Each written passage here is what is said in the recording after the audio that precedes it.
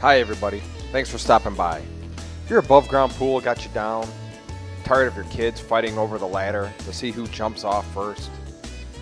If so, building a deck next to your pool might be the solution for you.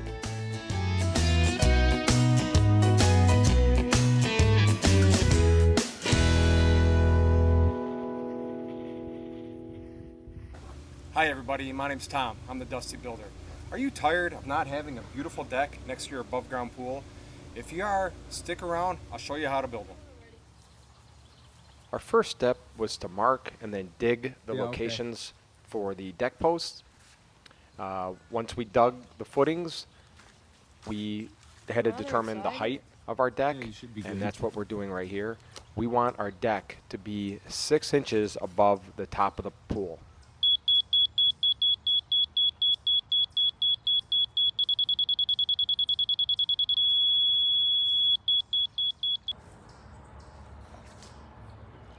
So we have our string that shows the top of the deck, right? Yeah. Okay. All right, so let's fill up the post with some cement. Okay. We'll start with this one? Yeah.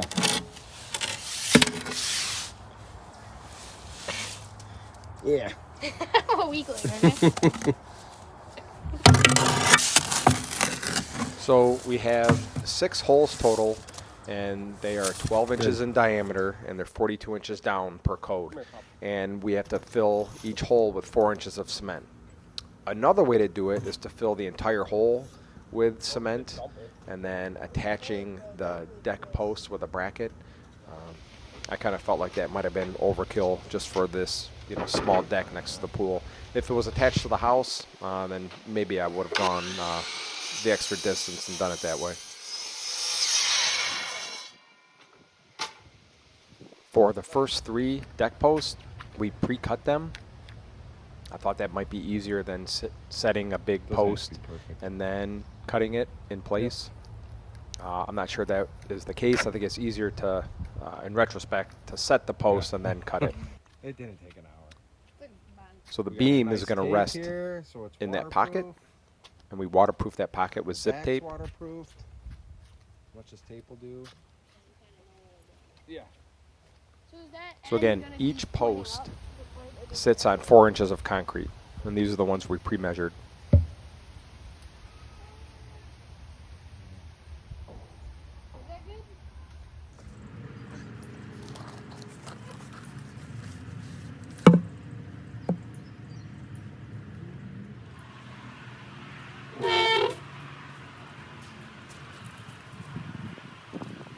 So like I mentioned, the next 3 posts, we set the posts first. These are 6x6 posts. We set them first, marked the height that the beam needed to be at, and then cut the posts. And I think that's easier to get to a more precise cut. Although the ones we pre-cut were pretty good, I just think there's a lot more room for error doing it that way. And here we're setting the first beam.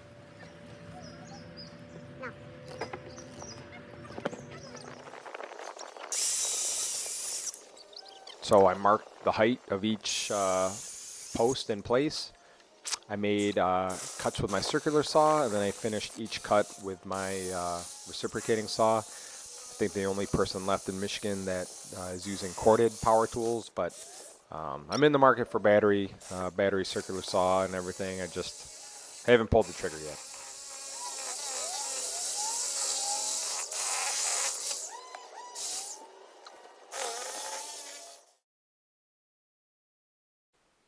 I apologize. I skipped ahead here a bit. Here I'm installing one of the last joists. The joists are 16 on center. The way I started was I squared up my very first joist with the beam, and then I just worked my way down 16 inches on center. I squared up the deck. The deck was within about 3/8 of an inch, and I called that pretty good. That was good for me. I'm installing the guardrail post. This guardrail post is taller. It's not an illusion. This is 48 inches tall, and this is what the gate is going to mount on. It has to be 48 inches tall to prevent a child from climbing over the gate and getting into the pool. Each guardrail post is secured with 2 carriage bolts, 2 half-inch carriage bolts, and also blocking. So it's pretty sturdy. Code wants the guardrail to withstand 200 pounds of lateral force, and we'll get that with the carriage bolt and additional blocking. Basically, it's going to prevent somebody from, if somebody falls over and crashes into the post, it's going to keep them on the deck. They're not going to go flying off the deck.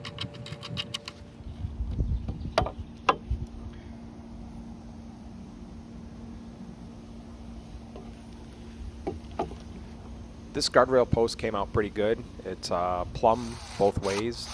If it wasn't, I could make some minor adjustments. I could maybe sneak a shim in between the post and the beam, but it just turns out it was perfect.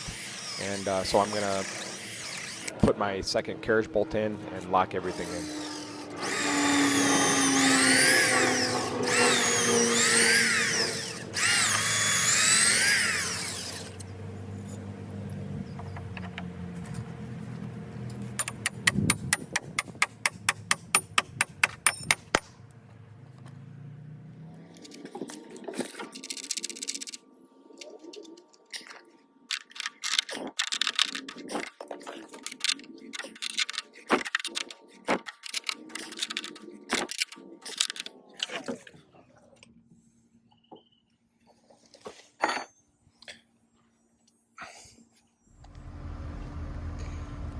So we got all the posts up.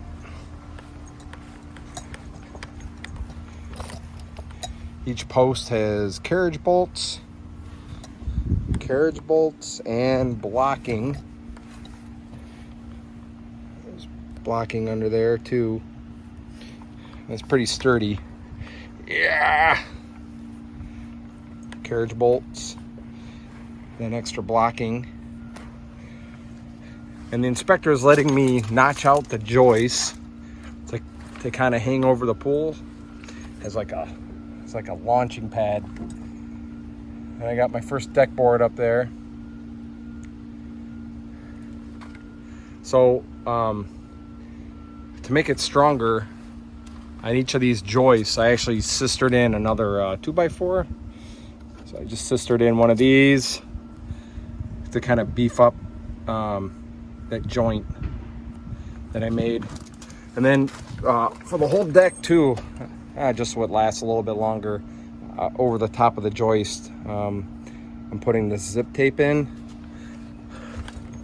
So the tops, a lot of times the tops of the joist will want to start rotting away, and that'll prevent that.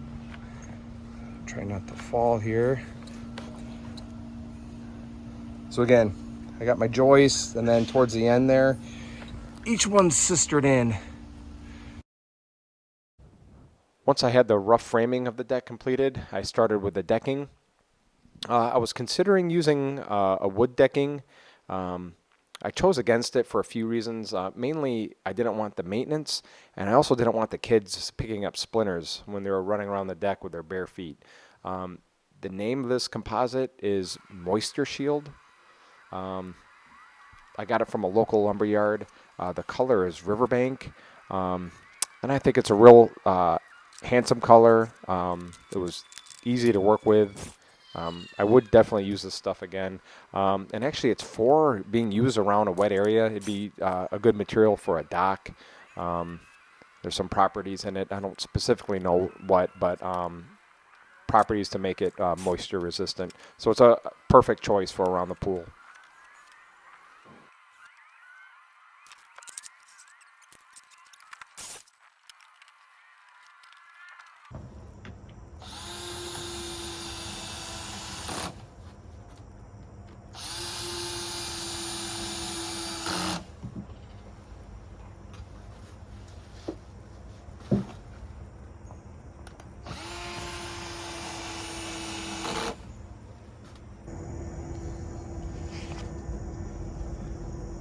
So the install's going fairly well.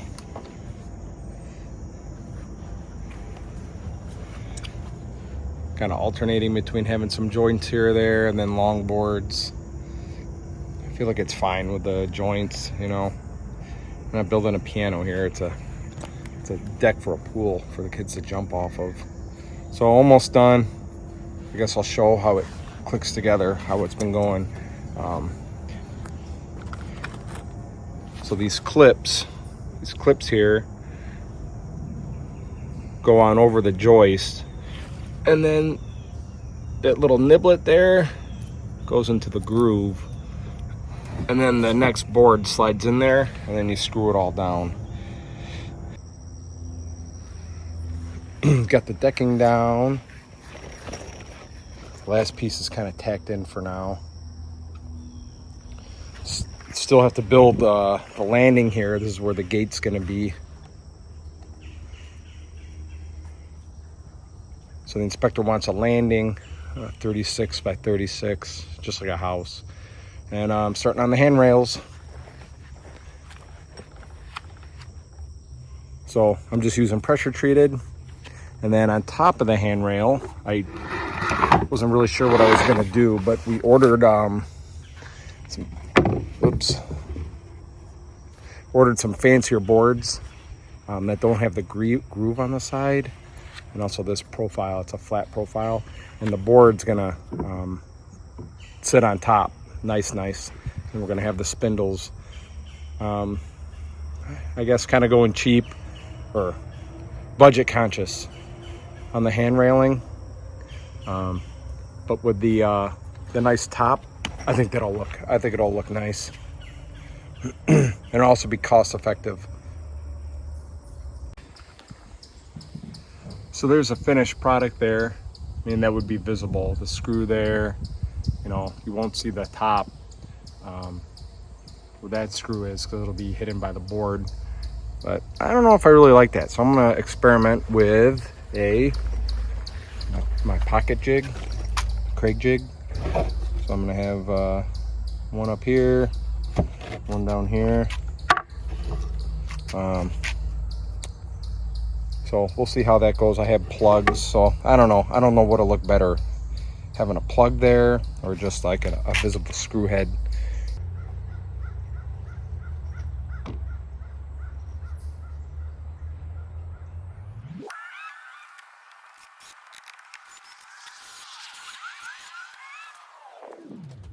I don't know, I almost like that better. It didn't want to twist. It stayed true.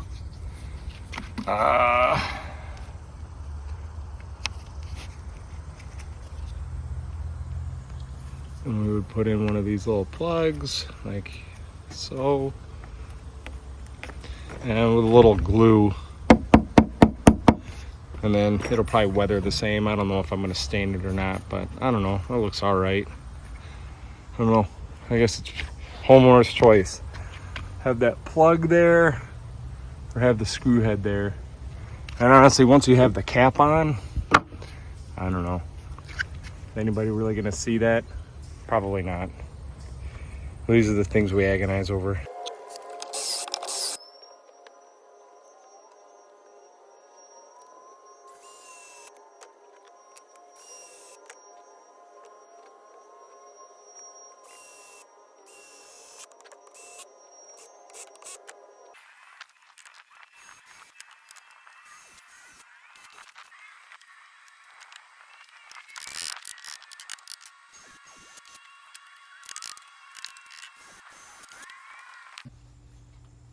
The next step was to build the landing. I started out by digging 2 holes, same as for the deck, 42 inches down and 12 inches diameter. The door cannot open towards a step, just like in a house. So the door has to open towards a landing. The minimum size for a landing is 36 by 36. I wanted to make it a little bit bigger. I figured kids are going to be walking to the pool with a bunch of stuff in their hands and, you know, floaties. So I didn't want it to be too small and have people falling off it. And we're filling the bottom of the holes with 4 inches of concrete for the post to sit on.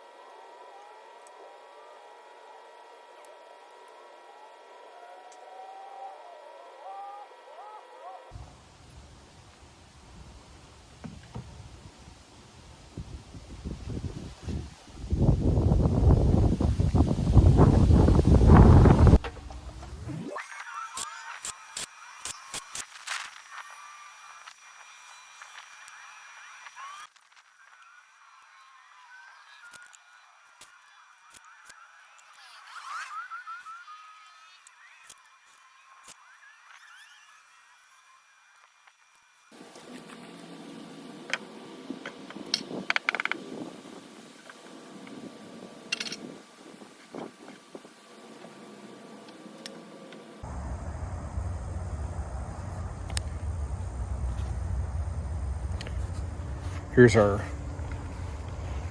landing before the gate there. The gate can't open towards a stair, so this will actually be a step. We're going to bring the grade up and that'll be a step, but can't have a step in front of the gate, so we have to build this little landing. And then I beefed this up so much, basically just support for the decking. Post locked in, blocking more for the decking. And here's the almost finished product. I 45 the outside corners, and I still have space to screw in the additional decking.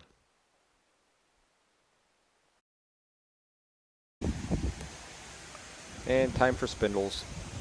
So per code, the maximum distance the spindles can be is 4 inches.